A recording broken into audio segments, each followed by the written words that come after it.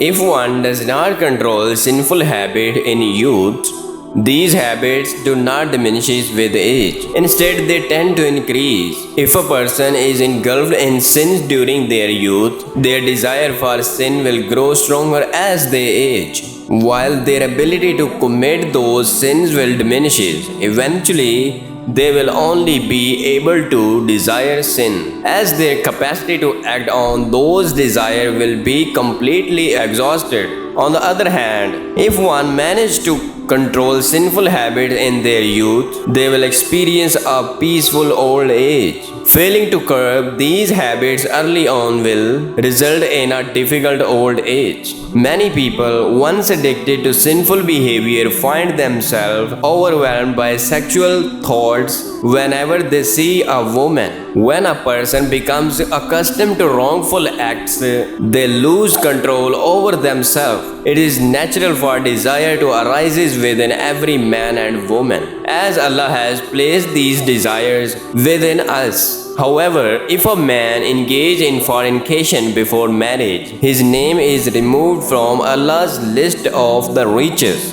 Allah desires that His servant control their desire in moments of temptation. People often forget what they are doing. We must firmly instill in our minds that the Creator, who has provided a legitimate way to fulfill our desire, has done so with wisdom and for our benefit. People commit so many sins that eventually they become despondent, but despair is akin to disbelief. This is why one should never lose hope in Allah's mercy and should repent every day, as Allah loves those who repent.